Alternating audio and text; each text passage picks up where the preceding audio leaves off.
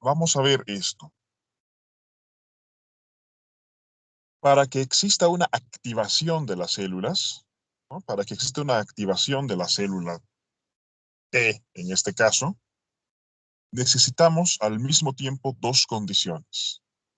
Necesitamos que las uniones del receptor con el ligando sean firmes, es decir, que el ligando permanezca unido al receptor un tiempo suficiente como para permitir que algo pase. Es algo así como se podrían dar cuenta de que incluso si pasan un fósforo por encima de un fuego, si lo pasan muy rápido, no va a alcanzar a calentar lo suficiente como para que el fósforo se encienda. Necesito al menos un cierto tiempo para que el contacto del ligando con el receptor permita la activación de este receptor. Y esto es, pues, receptor por receptor. O sea, cada receptor necesita permanecer al menos un cierto tiempo en contacto con el ligando para que esto active a ese receptor. Pero para que active a la célula, necesito que muchos receptores hayan sido estimulados. ¿Me hago entender? Para que un receptor se active, necesito que este receptor permanezca al menos cierto tiempo en contacto con el ligando, con el antígeno. Entonces, para esto necesito que la afinidad de este receptor por el ligando cumpla al menos cierto nivel, ¿no? Si la unión es de baja afinidad, es decir, que se disuelve espontáneamente muy rápido, no se va a alcanzar a estimular ese receptor. Pero también necesito para que se active la célula que muchos receptores hayan cumplido con este requisito de haberse activado. Y para que esto ocurra, pues la célula tiene la necesidad, o sea, la célula dendrítica se dan cuenta de que no tendrá pues un solo antígeno siendo expuesto, sino puede tener varios del mismo. Y también la célula permanece por buen tiempo en contacto con esta célula, pudiendo básicamente la célula exponer varios de sus receptores de célula T a la célula dendrítica mientras ambas células se encuentren unidas. Entonces, vamos a ver, ahora que les he dado esa explicación, lo que ocurre aquí. En la hilera superior les muestra que si la afinidad del complejo mayor de histocompatibilidad con el receptor de la célula T es baja,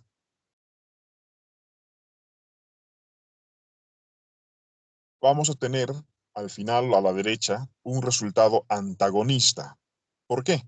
Porque les muestra aquí estos puntos rojos, en este caso, les muestra la frecuencia de las uniones. Si la unión es deficiente, si es muy pequeña, lo que va a ocurrir es que se va a unir, se va a soltar, se va a unir, se va a soltar, se va a unir, se va a soltar. Entonces, muchos receptores sí podrán ser contactados, pero ninguno habrá estado el tiempo suficiente como para activarse. Por lo tanto, el número de complejos exitosamente formados va a ser muy bajo. Entonces, la respuesta va a ser antagonista. Pero nótese también en la parte inferior que si la afinidad es demasiado alta,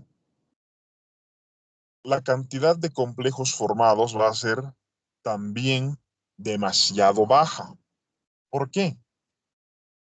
Porque recuerden que teníamos que cumplir los dos requisitos. Primero, que la unión sea el tiempo suficiente para activar a cada receptor y al mismo tiempo que sean numerosos receptores los que se estimulen. Si la estabilidad de esta unión péptido, complejo mayor histocompatibilidad, TCR, es demasiado firme, lo que va a ocurrir es que vamos a tener un solo complejo eterno, ¿no? Un solo complejo por mucho tiempo. Entonces vamos a tener ¿cuántos receptores estimulados al mismo tiempo? Uno, ¿no?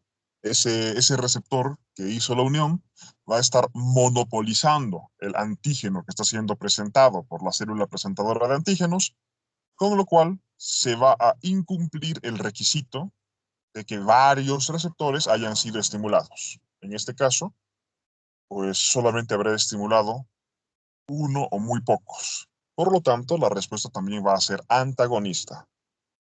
En cambio, si vemos el medio, ¿no? Que es el único que es agonista, si la afinidad es intermedia, podremos lograr al mismo tiempo que tenga el suficiente tiempo cada interacción como para estimular a cada receptor individualmente, pero que en un tiempo dado también se estimulen a varios receptores de la célula, con lo cual esto sí va a permitir que se cumplan ambos requisitos, de que al mismo tiempo la unión sea para cada receptor por el tiempo suficiente y que también varios receptores sean satisfechos con la unión con el antígeno. ¿Me he hecho entender? Esto tiene varias implicaciones prácticas, pero si no se entiende, pues nos quedamos aquí. Doc, entonces en el último caso lo que pasa es que hay un receptor muy afín a su ligando Sí, y como que atrae a todos los ligandos y no puede producir una buena respuesta. sí, bueno, básicamente yo lo diría que acapara al ligando, ¿no? Entonces uno o poquitos receptores se quedan con todo el ligando que está dando la célula presentadora y no queda nada más para las demás, ¿no? Listo, entonces, si por más que sean uniones muy exitosas, son demasiados pocos los receptores de la célula que han sido estimulados, esto no va a permitir la activación de la célula. Un solo receptor totalmente estimulado, dos receptores totalmente estimulados, no son suficientes para activar a la célula. Necesito varios receptores en la célula para que efectivamente sí haya la activación de la célula.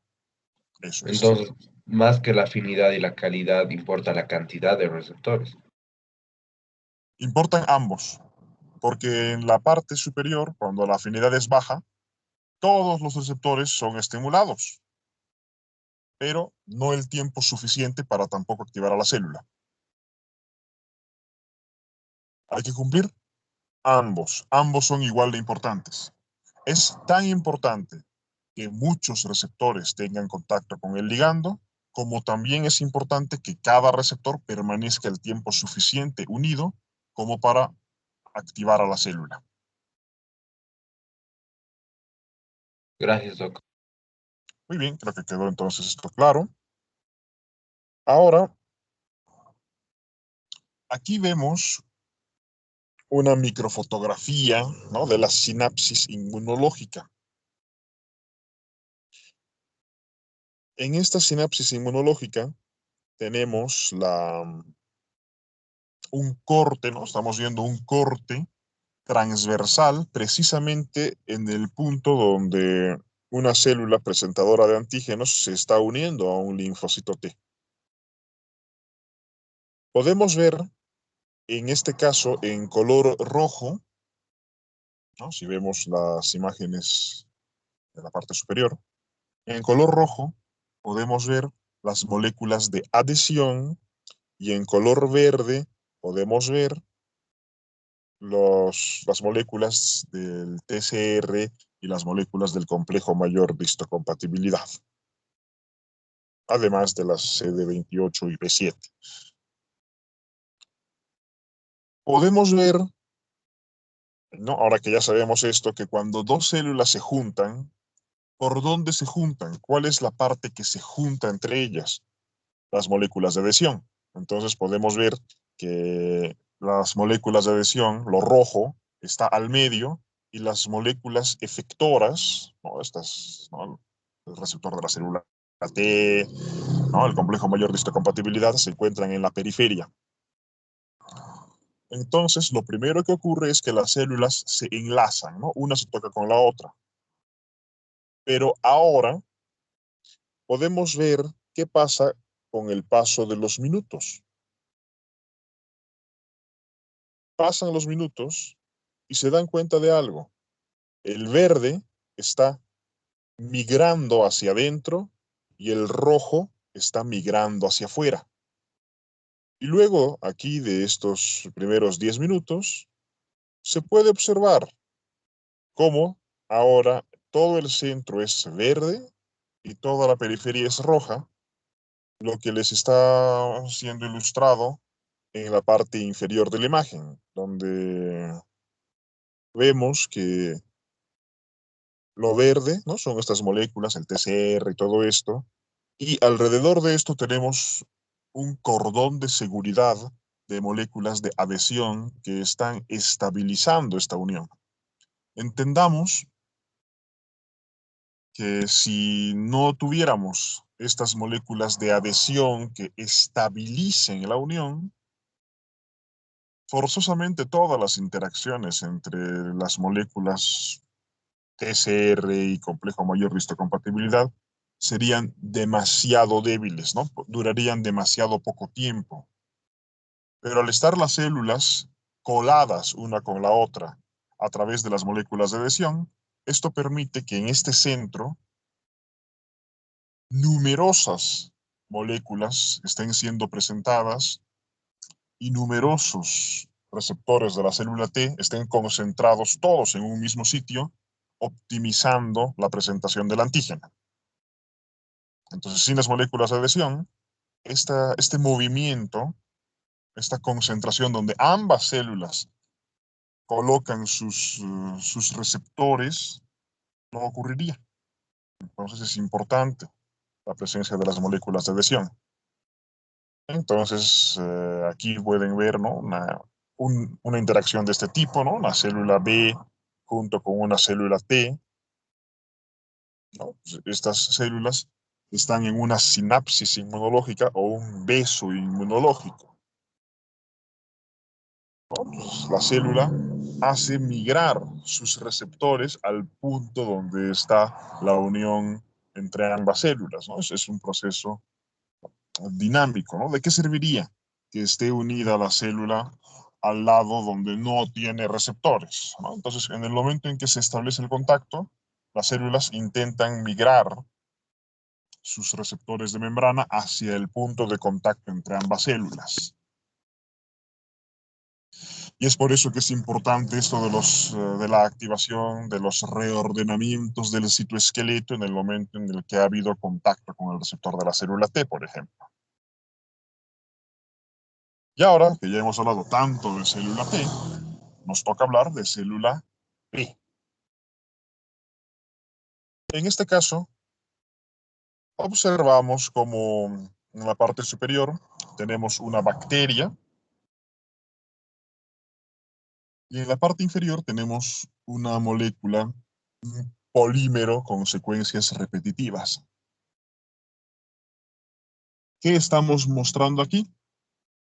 Lo que se llama la respuesta de células B timo-independiente. La respuesta timo-dependiente ya la conocen. La respuesta timo-dependiente consiste en que la célula B presenta a un linfocito T helper el antígeno y el linfocito T helper responde dándole citocinas para que la célula B se active. Vamos a repasar siempre esto.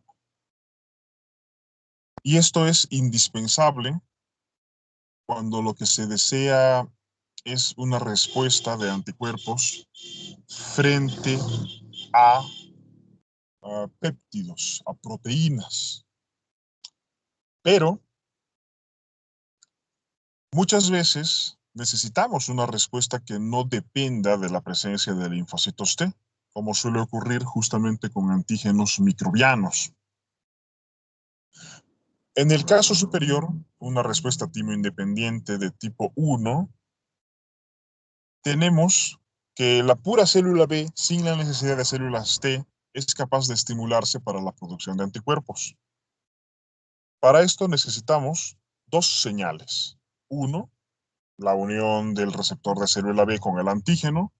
Y dos, una segunda señal que suele ser la unión del complemento que está pegado a la superficie de la bacteria con el receptor de complemento 2, el CD21, que está presente en el complejo correceptor de la célula B. Entonces,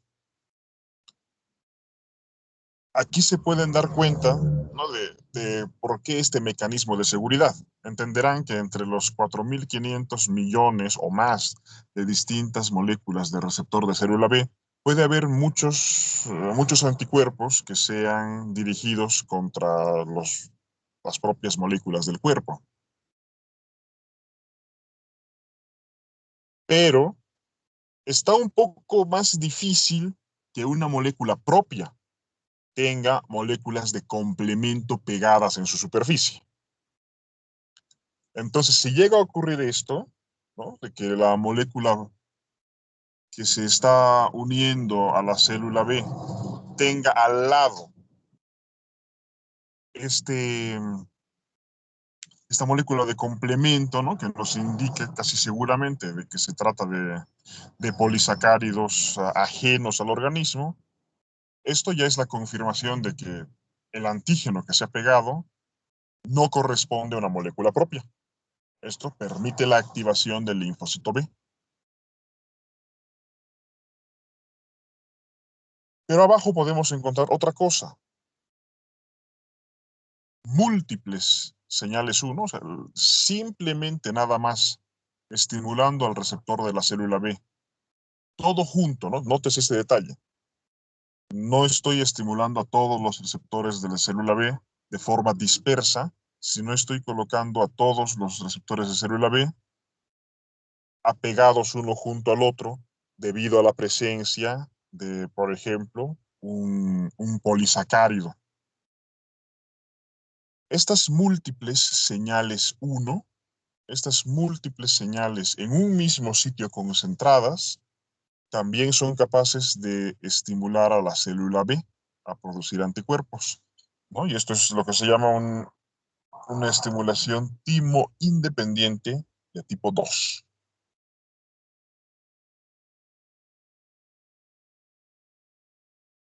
Y aquí vemos la estimulación timo-dependiente, aquella que depende de las células T. Bueno, no es exactamente así como lo está mostrando. Ya saben que la célula B tiene que presentar el antígeno, no es que el antígeno sea presentado por los dos lados, ¿no? No funciona así. Ya saben que la célula T no reconoce al antígeno directamente, pero bueno, es una imagen ilustrativa.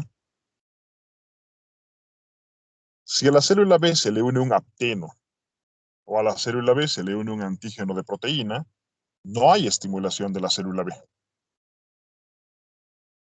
Para que sí haya estimulación de la célula B, necesito que la célula B pueda presentar el apteno pegado a una proteína o un péptido del antígeno a la célula T. Y la célula T le va a responder con citocinas y le va a responder con interacción de receptores para que la célula B se active y pueda responder a este contacto con el antígeno.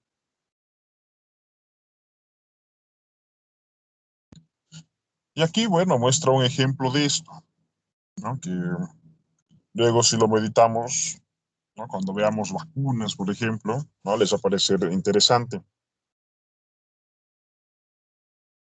Si yo tengo un ratón al cual le he hecho una timectomía simulada, o sea, no le he hecho la timectomía, ¿no?, para poder trabajar de esta manera a ciegas, ¿no? Se le hace a todos los animales el corte en el tórax, ¿no?, pero a algunos les he sacado el timo y a otros no. A los que no se les sacó el timo, si les pongo tanto toxide tetánico o polisacárido del neumococo, en ambos casos van a tener una buena respuesta de anticuerpos. Pero veamos esta diferencia. Si el ratón ha sufrido una timectomía neonatal y lo expongo al toxoide tetánico, no va a producir anticuerpos. Pero si lo expongo al polisacárido del neumococo, sí va a producir anticuerpos de forma normal. ¿Por qué? Porque el polisacárido del neumococo justamente permitía este tipo de reacción que a raíz de esto se llamó timo independiente, ¿no? La respuesta al toxoide tetánico, que es una proteína, es timo dependiente. Ven que si no hay timo, no hay respuesta frente a la proteína. Pero la respuesta al polisacárido de neumococo es timo independiente. Pueden ver que el animal sin timo igual produce buena cantidad de anticuerpos. Entonces, si un individuo no tiene linfocitos T, nótese pues el caso del SIDA, por ejemplo, ¿no? Bueno, otros problemas de inmunodeficiencias congénitas. ¿Qué va a pasar? Si no hay linfocitos T, mi cuerpo sí puede producir anticuerpos antipolisacáridos, pero no puede producir anticuerpos antiproteínas. Eso es un detalle que hay que tomar en cuenta. Pero también ocurre que esta respuesta frente a los polisacáridos suele ser bastante inmadura al nacimiento y mejora con el tiempo. Bueno, es pronto en la vida, pero por ejemplo, los niños que son vacunados con polisacáridos no hacen respuestas hasta los 2 o hasta incluso hasta los 4 años. Entonces, cuando se desea colocar una vacuna contra un antígeno de polisacárido a un niño pequeño, lo que se hace es conjugarlo con una proteína para que esto permita que sí haya una respuesta inmune.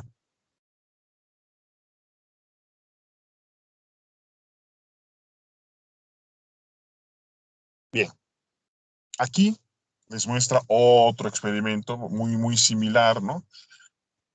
Entender cómo fue que se investigaron originalmente las cosas. Ya saben que antiguamente pues no se sabía nada de esto. Ayuda no solo a perfeccionar un poco la lógica, sino que ayuda a construir mejor el conocimiento para poder comprender más a fondo lo que estamos estudiando. Ese es un poco el valor de la historia para estas cosas.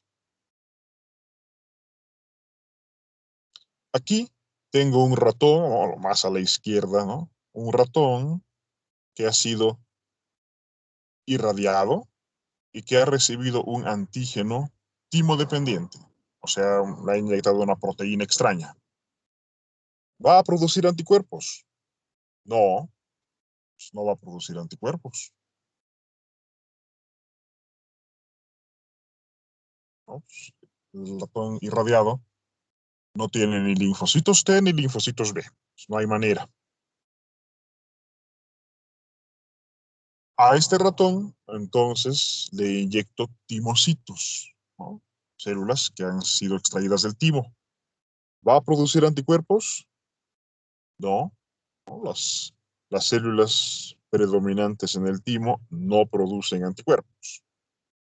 Ah, pues no producen anticuerpos. Le pongo células de médula ósea. En las células de médula ósea hay linfocitos B. También puede haber algún linfocito T, ¿no? Pero sobre todo son linfocitos B. ¿Qué tenemos? Que produce un poquito de anticuerpos. Entonces, las células B, ¿no? Las células de la médula ósea, sí son capaces de producir anticuerpos, pero no de forma normal. Pero ¿qué pasa si le coloco los timocitos junto con las células de la médula ósea? Aquí el animal va a recuperar la capacidad completa para poder producir anticuerpos. Entonces, la conclusión de esto es que había unas células, las células E, ¿no? Que son las que producen anticuerpos, y hay unas células T que son indispensables para poder producir los anticuerpos en buena cantidad. Y estas células T se las llamó células T colaboradoras, son las células T helper, ¿no? Entonces esas células T helper son justamente las que permiten que las células B produzcan anticuerpos.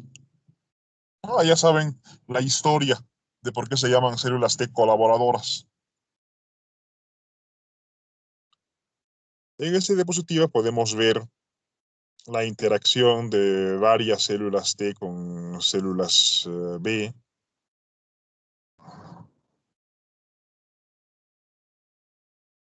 ¿No? En las puntitas de flecha. Pueden ver, ¿no?, que en todo momento, en los lugares donde hay de ambos tipos de células, existen uniones frecuentes. Aquí les está ilustrando cómo ocurre realmente esto, ¿no? La célula B interioriza, ¿no? La célula B mete a su interior el antígeno que estaba unido a su receptor, lo procesa, lo expone a través del complejo mayor de histocompatibilidad, en este caso de clase 2, junto además con la molécula B7. Esto estimula a la célula T y la célula T va a producir citocinas. Y además la célula T tiene un receptor que es el CD40 ligando que se va a unir al receptor CD40 de la célula B. Estas interacciones de los receptores y las citoquinas van a hacer que esta célula B ahora se active y se produzcan más copias de sí misma que son capaces de reconocer a este antígeno, y la interacción con el CD40 ligando es lo que va a permitir que la célula madure a plasmocito, ¿no?, que es la célula que libera los anticuerpos, ¿no? No me serviría de mucho tener puras células B que nada más tengan el receptor anclado en membrana, sino que lo que realmente vale aquí es que se vuelvan células productoras de anticuerpos, en células plasmáticas.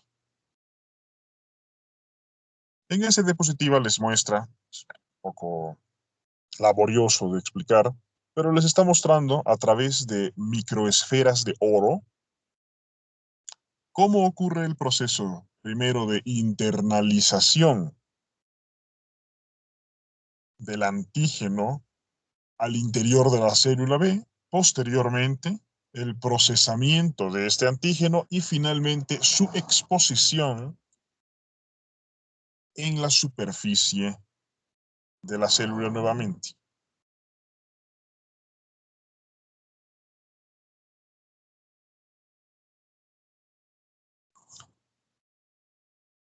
Aquí les muestra un poco esto, ¿no?, de que cuando los receptores de la célula están juntos, cuando están todos agrupados, ¿no?, haciendo una isla, receptores adyacentes en alguna parte de la membrana de la célula, esto facilita que pueda haber la activación de estos receptores. Aquí les muestra un poco, pues, la señalización.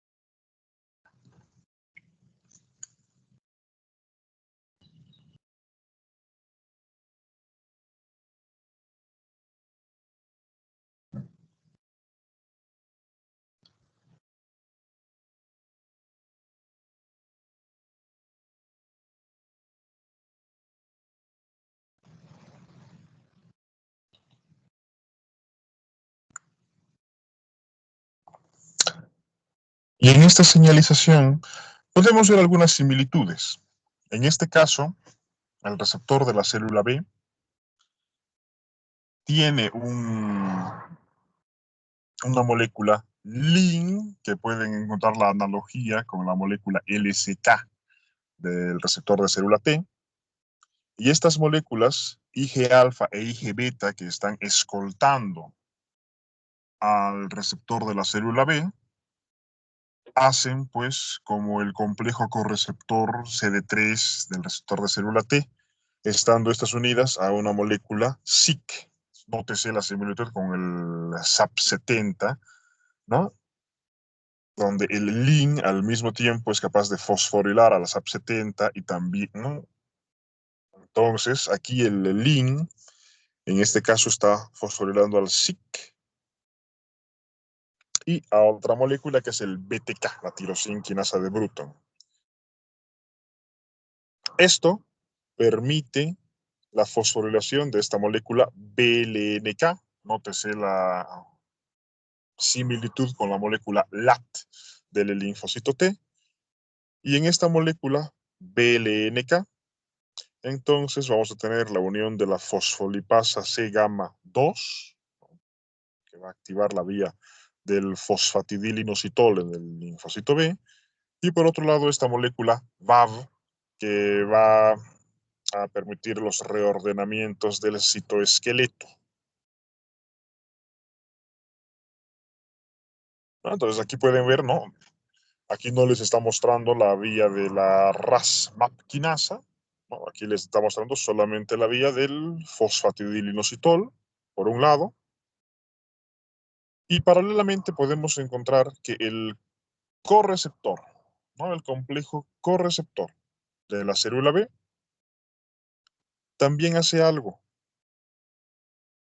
Del CD19 vamos a tener también a la molécula VAV para los reordenamientos del citoesqueleto, pero al mismo tiempo también pueden observar que existe esta molécula, la PI3 quinasa, ¿no? El trifosfato de inositol quinasa, y esta molécula activa a esta molécula AKT, y esta molécula AKT entonces tiene la capacidad de inhibir a otra siguiente molécula, ¿no? Este GSK3, ¿no? Entonces, este GSK3 inhibe la acción del factor de transcripción NFAT. Entonces, ¿cuál es la consecuencia? Cuando yo activo la PI3 quinasa, estoy activando al AKT. El AKT inhibe a la molécula que inhibe. Entonces, si yo quito, ¿no? Si yo inhibo a la molécula inhibidora, esto va a tener finalmente un efecto proestimulante, ¿no? Entonces, por más que haya habido una activación por la vía del fosfatidilinositol, si no ha habido una activación por esta otra ruta, pues la parte del NFAT no se va a cumplir, ¿no? La activación de la calcineurina no va a tener efecto y solo tendríamos la activación de la ruta que permite la señalización para la transcripción por el factor nuclear kappa B. Entonces, aquí, ¿no? El inhibir al inhibidor tiene efecto estimulante. Aquí les da el recordatorio de cómo está hecho el complejo correceptor de la célula B, ¿no? Este LEU13 o CD225, el CD21 o CR2, el CD19 y el CD81 o TAPA1.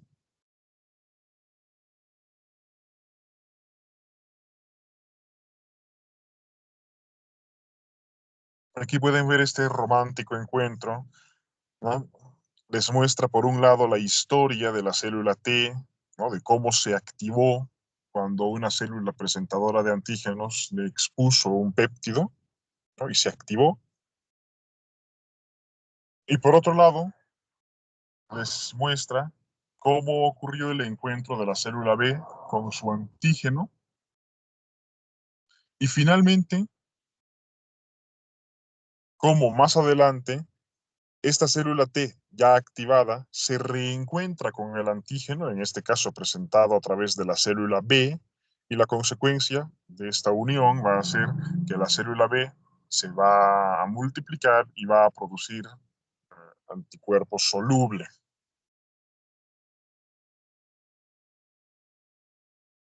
En este caso les está mostrando esta interacción, la sinapsis inmunológica con la célula B, donde básicamente podemos ver exactamente lo mismo, ¿no? Que cuando ocurría la unión de la célula T con la célula dendrítica.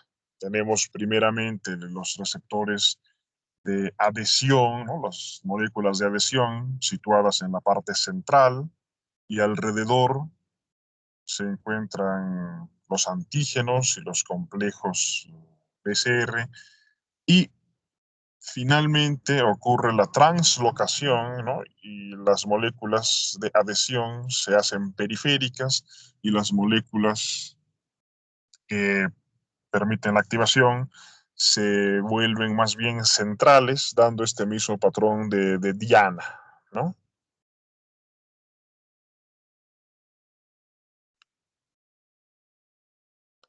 Aquí asimismo les está mostrando cómo la célula T está recibiendo, la célula T helper, al antígeno por parte de células dendríticas, células B o macrófagos. Son por eso estas células las denominadas células presentadoras de antígeno profesionales.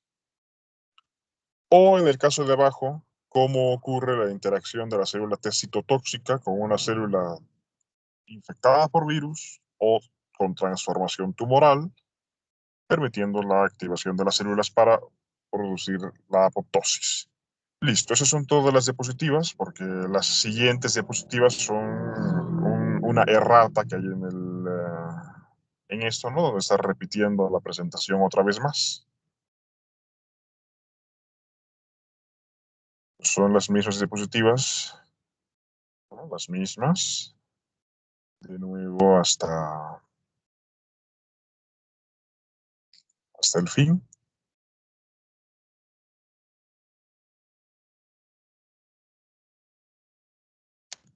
Bien. Hasta este momento, ¿alguna duda sobre este tema? Hemos finalizado el tema de activación de los linfocitos. ¿Está claro lo que hemos avanzado del tema? ¿Y alguna duda antes de que pasemos al siguiente capítulo que consiste en la producción de efectores? Doc, Dos dudas, por favor. Sí, claro. Comentó cuando hablábamos de la reacción timo independiente de dos señales. No escuché muy bien cómo las dijo. ¿Era la unión de qué, perdón? En la estimulación timo independiente de tipo 1, lo que tenemos es la unión de la señal 1, que es unión del antígeno al receptor de célula B, y señal 2, unión del receptor de complemento a las moléculas de complemento que están opsonizando a la bacteria, por ejemplo, ¿no? al patógeno. Y en la activación tipo 2, lo que tenemos son estas cadenas largas, generalmente de polisacáridos repetitivos, que van a permitir la agrupación de numerosas moléculas del receptor de célula B en un mismo polo de la célula, permitiendo que esto active la célula, ¿no? Entonces, uno depende del complemento, ¿no? De la presencia de complemento en la superficie de los gérmenes, y el otro simplemente por la presencia de polisacáridos de cadena larga y repetitiva. Gracias, Doc. Y la segunda pregunta, cuando vimos el caso del ratón, ¿cómo había comentado que en el caso de que solo tenga, si no me equivoco, médula ósea o B, eh, podíamos producir que el reconocimiento por proteínas extrañas? Creo que dijo que se tenían que combinar, algo así, nuevamente no lo escuché muy bien. Bien, esta diapositiva trataba de cómo se hizo el descubrimiento de las células T colaboradoras, porque se vio que si bien las células del timo no eran capaces de producir anticuerpos, sí eran necesarias para que se produzcan anticuerpos en cantidad normal. Entonces, esta presencia de células del timo es importante para la producción de anticuerpos frente a antígenos de proteína, pero no es importante, por ejemplo, para la producción de anticuerpos frente a polisacáridos. Por eso la respuesta frente a polisacáridos se llama timo independiente y en cambio la respuesta a proteínas se llama timo dependiente. Esos son Gracias, los Doc. datos. Muy bien, ¿algo más?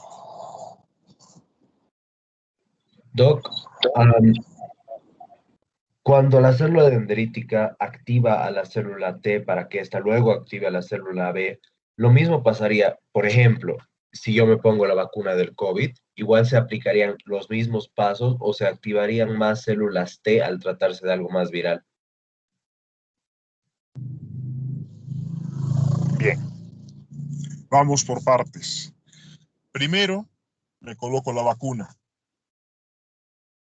Cuando me coloque la vacuna, lo primero que va a ocurrir es que el antígeno de la vacuna va a ser capturado por células dendríticas, ¿no? Que están constantemente fagocitando, ¿no?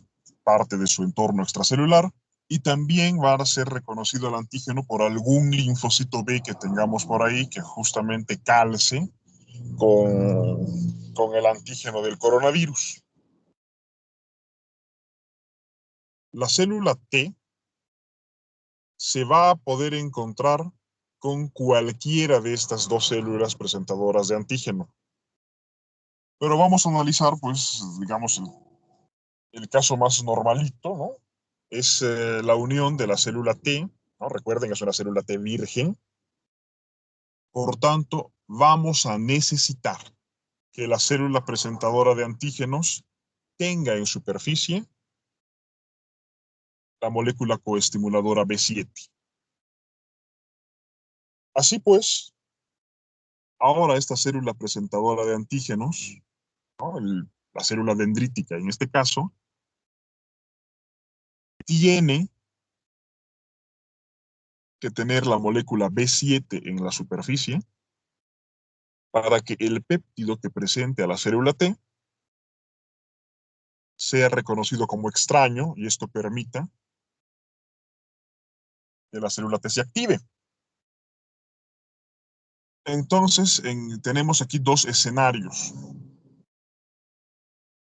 El solo hecho de que haya la presencia del antígeno no es suficiente para que la célula se active.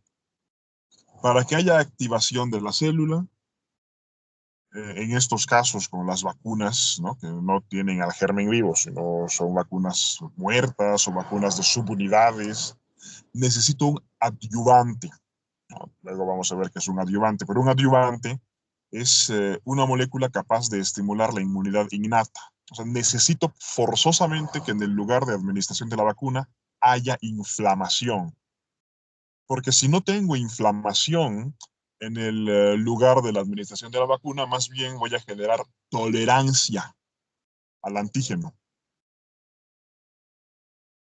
Entonces se colocan adyuvantes, por ejemplo, el polisorbato 80, un polisacárido largo, ¿no? Esto va a ser capaz tanto de permitir la estimulación de alguna célula B, que sí haya además podido reconocer el antígeno, porque en este caso estos polisacáridos se unen de forma bastante inespecífica a los receptores de célula B. Y también otra cosa que tenemos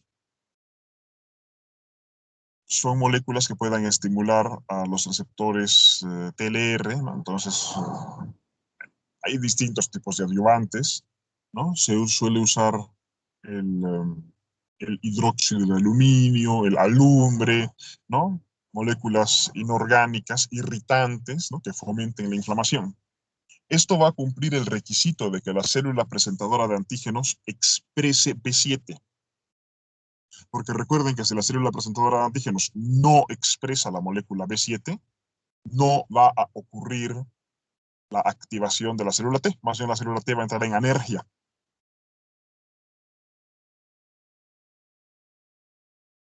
Ahora, yo ya tengo una célula T activada de esta manera. Ahora esta célula T se va a poder encontrar con un linfocito B. Y bueno, ya saben la historia. También puede ocurrir que yo ya me encuentre directamente con el linfocito B, ¿no? Puedo encontrarme con el linfocito B, pero para que el linfocito B esté activado, necesito pues justamente, ¿no? O sea, este linfocito B ha sido activado, todavía no se ha encontrado con el linfocito T. Para esta otra ruta, necesitaría que este linfocito B activado, primeramente se haya encontrado justamente en presencia de citocinas proinflamatorias o que haya tenido uno de estos tipos de estimulación timoindependiente por la presencia de polisacáridos. De ahí que estas moléculas, o sea, estas vacunas tengan moléculas como el polisorbato 80. Este polisorbato 80 justamente va a permitir esto, o ¿no? Que se haya producido inflamación en el lugar de la inyección, con lo cual pues esto va a dar citocinas que van a permitir la activación de la célula.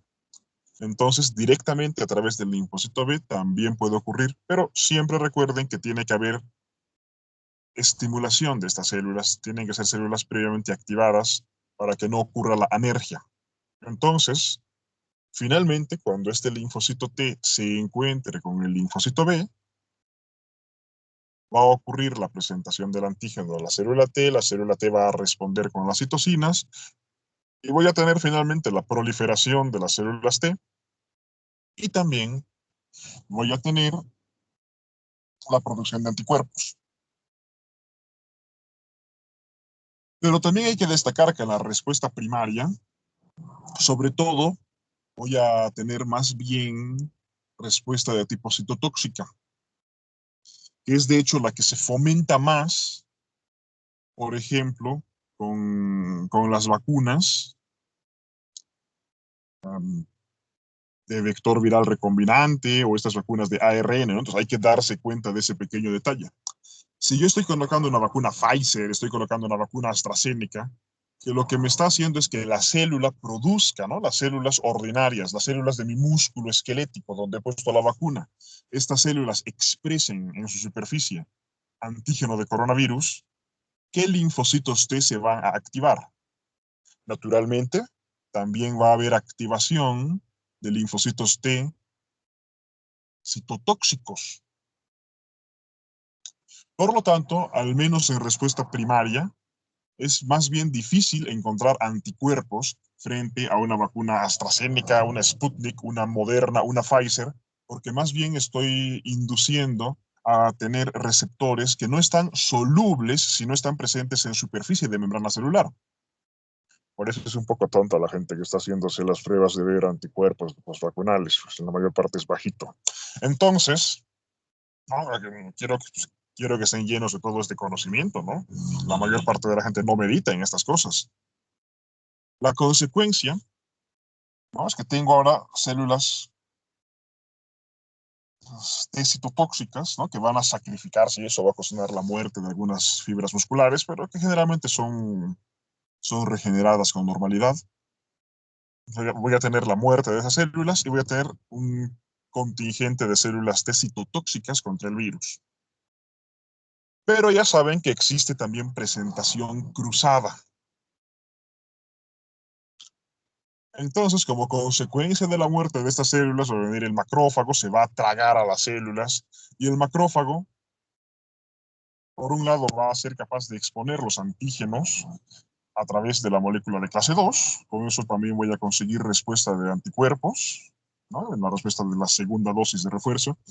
Y también tenemos que recordar la posibilidad de presentación cruzada. O sea, cuando meto la vacuna, justamente puede ocurrir que algunas de las células que se infecten sean justamente células presentadoras de antígeno profesionales,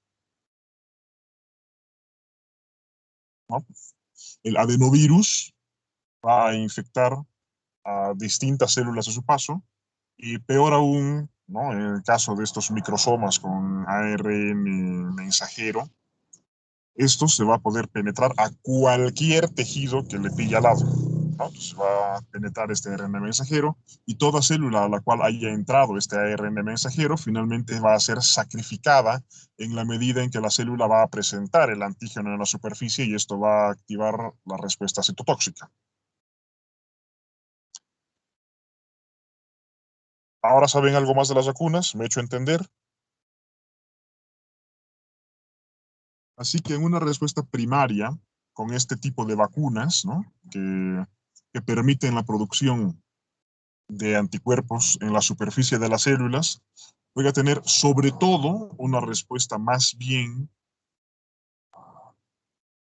citotóxica eh, como respuesta primaria y variable la respuesta secundaria que se pueda tener de anticuerpos.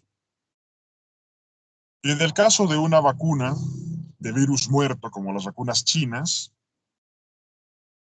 pues estoy forzando a que haya una respuesta predominantemente de anticuerpos, ¿no? Salvo por presentación cruzada, solamente se pueden producir anticuerpos, ¿no? Porque lo primero que va a encontrar al virus muerto son justamente, como habíamos visto, ¿no? Células B, células presentadoras de antígeno. Y bueno, lo que pasa es que por genética, una parte importante de la población tiene respuestas humorales débiles. Asimismo, también hay gente que tiene respuesta celular débil. Como la vacuna china solamente produce respuesta de anticuerpos y mucha gente tiene respuestas de anticuerpos débiles y más bien hacen predominar su respuesta citotóxica, debido a esto la vacuna china tiene menos alcance para poder inmunizar que todas las otras vacunas que consisten en meter ADN o ARN viral, bueno, ¿no? Estas tecnologías recombinantes o la de ARN mensajero para que se produzca la respuesta inmunológica. Así que ya saben por qué la vacuna china es forzosamente siempre menos eficaz. ¿Alguna duda más sobre las vacunas? Entonces, Doc, por eso es que la segunda dosis es como que el refuerzo para que ya el sistema inmunológico vuelva a reconocer estos antígenos. Claro, o sea, bueno, ya sabes que la respuesta secundaria, la respuesta terciaria es siempre más intensa, más rápida y más específica que la primera exposición al antígeno. Y aquí es donde viene el detalle de por qué las vacunas con vector viral recombinante, es decir, la AstraZeneca, la Janssen, la Sputnik, ahora pues se ha recomendado incluso que se pueda esperar 3 meses luego de la primera dosis, porque a diferencia de lo que ocurre cuando te colocas una vacuna de virus muerto o una vacuna de las de Pfizer, ¿no? Que te pone una X cantidad de ARN mensajero que se va a traducir en exactamente X cantidad de proteína. Cuando te metes una vacuna de vector viral recombinante, tienes un virus vivo que se va a multiplicar lo que le dé la gana hasta que tu propio sistema inmunológico lo detenga, infectando numerosas células y produciendo una cantidad de antígeno más grande y además distribuida a lo largo de varios días, en cambio de ser todo, en lugar de ser todo junto en una sola administración. Entonces, esto permite que la respuesta a una primera dosis de una vacuna AstraZeneca, una Sputnik, sea superior a la respuesta a una sola dosis de una Pfizer, por ejemplo. Y esta es la importancia de los refuerzos, ¿no? Ya entienden por qué las vacunas como la Pfizer exigen pues que se haga la vacunación de inmediato, ¿no? La segunda dosis a los 21 días, por ejemplo, y por qué finalmente se hizo la recomendación de que las vacunas con vector viral recombinante puedan colocarse el refuerzo en 3 meses o incluso como la Janssen que ni siquiera recomienden el refuerzo, ¿no? Una sola dosis puede ser suficiente para tener una respuesta protectora bastante por un tiempo suficiente. ¿Más dudas sobre vacunas? Doc, perdón, pero O sea, no me queda claro cómo en el caso de la Johnson y Johnson, siendo solo una dosis, puede alcanzar una buena inmunidad sin tener una respuesta secundaria. Es que hay respuesta secundaria. O sea, básicamente la AstraZeneca y la Sputnik tienen exactamente la misma tecnología que la Johnson y Johnson. Por eso están postergando a 3 meses, porque vas a tener, como tienes el antígeno persistente por más tiempo, porque las células están ahí, ¿no? Durante más tiempo, infectándose con las copias del adenovirus portador del gen transfectado que estamos en este caso, voy a tener inicialmente una respuesta primaria que además notan, ¿no? Que va a ser predominantemente citotóxica, igual que en la inmunidad natural por el virus, pero en los pliegues de las células presentadoras de antígeno va a haber todavía restos de antígeno, ¿no? De todas las generaciones del adenovirus que se han ido multiplicando dentro del cuerpo, y esta exposición más prolongada al antígeno va a permitir que llegue a haber incluso un ciclo, ¿no? Recuerden que la respuesta secundaria puede presentarse justamente ya a partir de incluso una semana, o sea, tras que se comienza a producir anticuerpos, yo ya puedo tener una respuesta secundaria si me vuelvo a exponer con el antígeno. Y créanme que el antígeno de la vacuna de una Sputnik va a permanecer circulante en el organismo, circulante en el tejido linfático, más que solo una semana. Eso da tiempo suficiente para que se tenga algo de respuesta secundaria. O sea, de hecho, se podría colocar la gente una sola dosis de Sputnik e igual tener una buena eficacia de esta vacunación, porque justamente la Johnson Johnson solamente prometía 70% para una aplicación, dando esto por bueno. Y colocar 2 dosis de la vacuna Johnson Johnson, pues básicamente va a dar la misma eficacia que colocarse las 2 dosis de Sputnik o darse las 2 dosis de AstraZeneca. Básicamente la idea de Johnson Johnson fue, dentro de su estrategia de marketing, prometer que justamente hay buena eficacia con una sola dosis, ¿no? Para que se lo compren. Ya está, ¿no? No es que sea su mecanismo de acción superior o diferente al que tienen las otras vacunas de vector viral recombinante. No sé si me hago entender.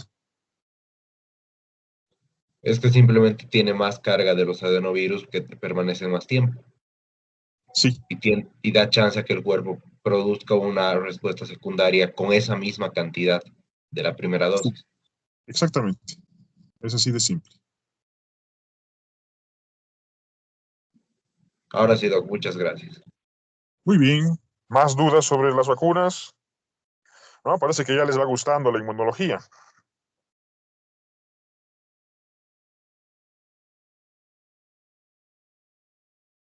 Doctor, yo tengo una duda con respecto a este de las vacunas, que o sea, está en referencia un poco a este tema que hemos tocado, pero al mismo tiempo un poco alejado.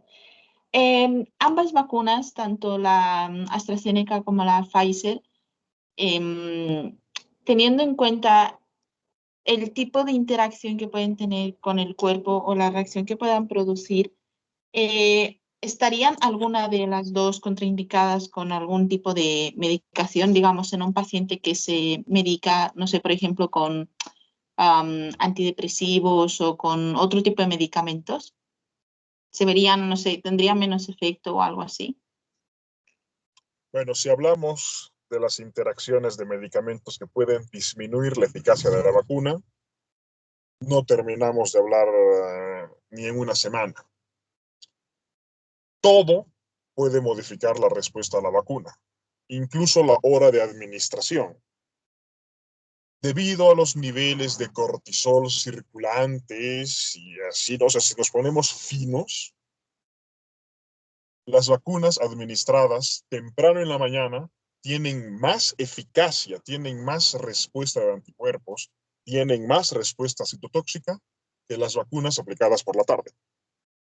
O sea, figúrate que incluso estos efectos cronobiológicos son importantes para las vacunas.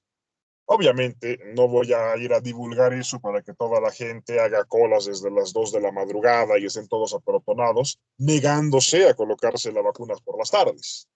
Pero entre los que se vacunan por la mañana y entre los que se vacunan por la tarde, sí hay diferencia. El estrés, el descanso. Una persona que no ha dormido antes de colocarse una vacuna tiene menos eficacia a la vacuna que una persona que fue bien descansada. Entonces, si factores fisiológicos tan simples son capaces de modificar la respuesta frente a la vacuna, ya ni te digo de todos los medicamentos. Pero precisamente también aquí vamos. Si una persona por el motivo X toma un medicamento que es capaz de disminuir su respuesta inmunológica, sí, puede que tenga pues, menos eficacia con la vacuna, pero también tiene mucho más riesgo de complicaciones si se enferma de verdad. Entonces, más bien las personas con enfermedades de base y las personas que toman muchos distintos tipos de tratamientos crónicos son justamente las que con más razón deben vacunarse, aun cuando para aquel individuo, particularmente la vacunación, sea un poco menos eficaz que un individuo sano.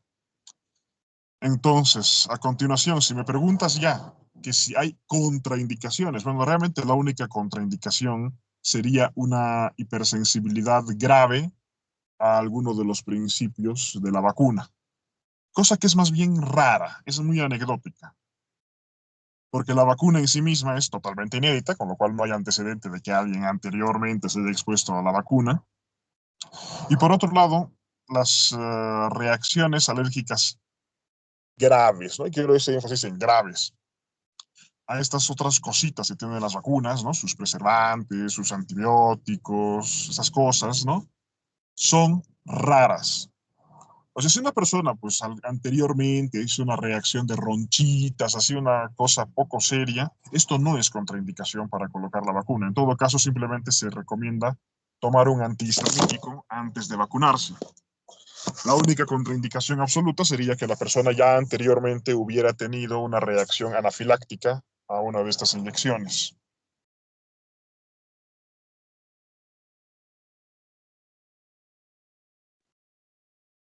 Ya, doctor, muchísimas gracias. No, no hay por qué. Doctor, Sí, yo tengo una pregunta en base a eso. Si una persona tiene alergia, pero no a la vacuna, exactamente a otro factor, ¿también influenciaría? no. Recuerden que las alergias son, son específicas a antígeno. Por esta razón, si alguien es alérgico al maní, esto no significa que sea alérgico al gato o que sea alérgico a los camarones. Entonces, si alguien ya tiene un antecedente de tener alergia al polen de no sé qué, esto no significa que esta persona vaya a tener alergia a ninguno de los componentes de la vacuna. Doctor, entonces, en base a eso es que, porque yo fui a preguntar para la vacuna para un familiar que tiene alergia a una picadura de cierto insecto y me dijeron que teníamos que consultar con un alergólogo antes de hacerla vacunar. Ya, date por consultado. No, la respuesta es que puede colocarse la vacuna con normalidad. No hay problema. Ah, perfecto. Gracias, doc.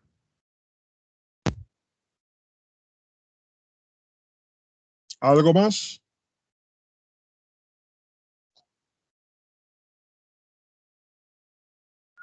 No, está claro. Que pase la ambulancia, ahí me hablan. Ya, ya pueden hablar. ¿Algo más? No, pues resuelvan sus dudas. Son los covidólogos de sus familias.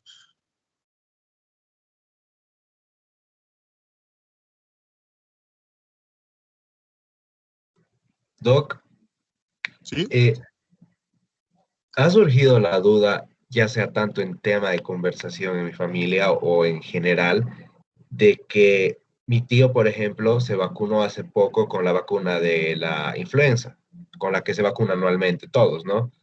Pero era como Sí, que sí. cuánto tiempo después habría que esperar para colocarse la de COVID, o no importa.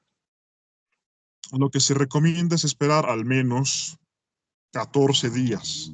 Bueno, incluso lo han dicho aquí 15. No tanto porque haya interferencia entre las vacunas, sino por farmacovigilancia. Como ya lo saben, tanto la vacuna de la gripe como la vacuna contra coronavirus son capaces de ocasionar molestias tipo fiebre, dolor de cabeza, dolores articulares, cansancio, síntomas gripales, etcétera, etcétera. Y sobre todo, como no se conoce tan perfectamente todas las posibles consecuencias que pueda tener las vacunas anticoronavirus, son novísimas, entonces, por motivo de farmacovigilancia, si yo me coloco una vacuna de la gripe y me pongo a los 3 días la vacuna de coronavirus y me viene una tremenda reacción alérgica, qué sé yo, ¿a quién se la achaco?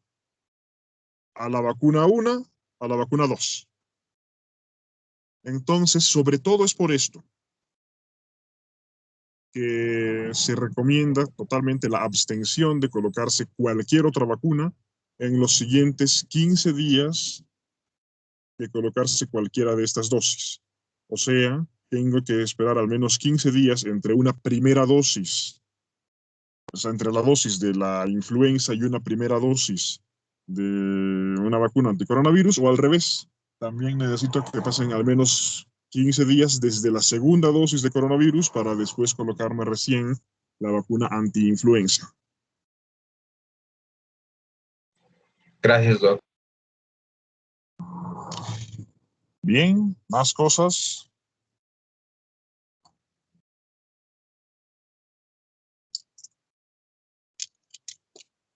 Todo claro.